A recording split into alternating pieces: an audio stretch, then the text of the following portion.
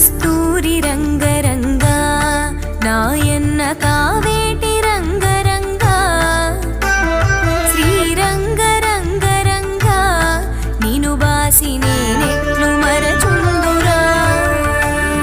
కంసుణ్ణి సంహరింప సద్గురుడు అవతారమెత్తెనప్పుడు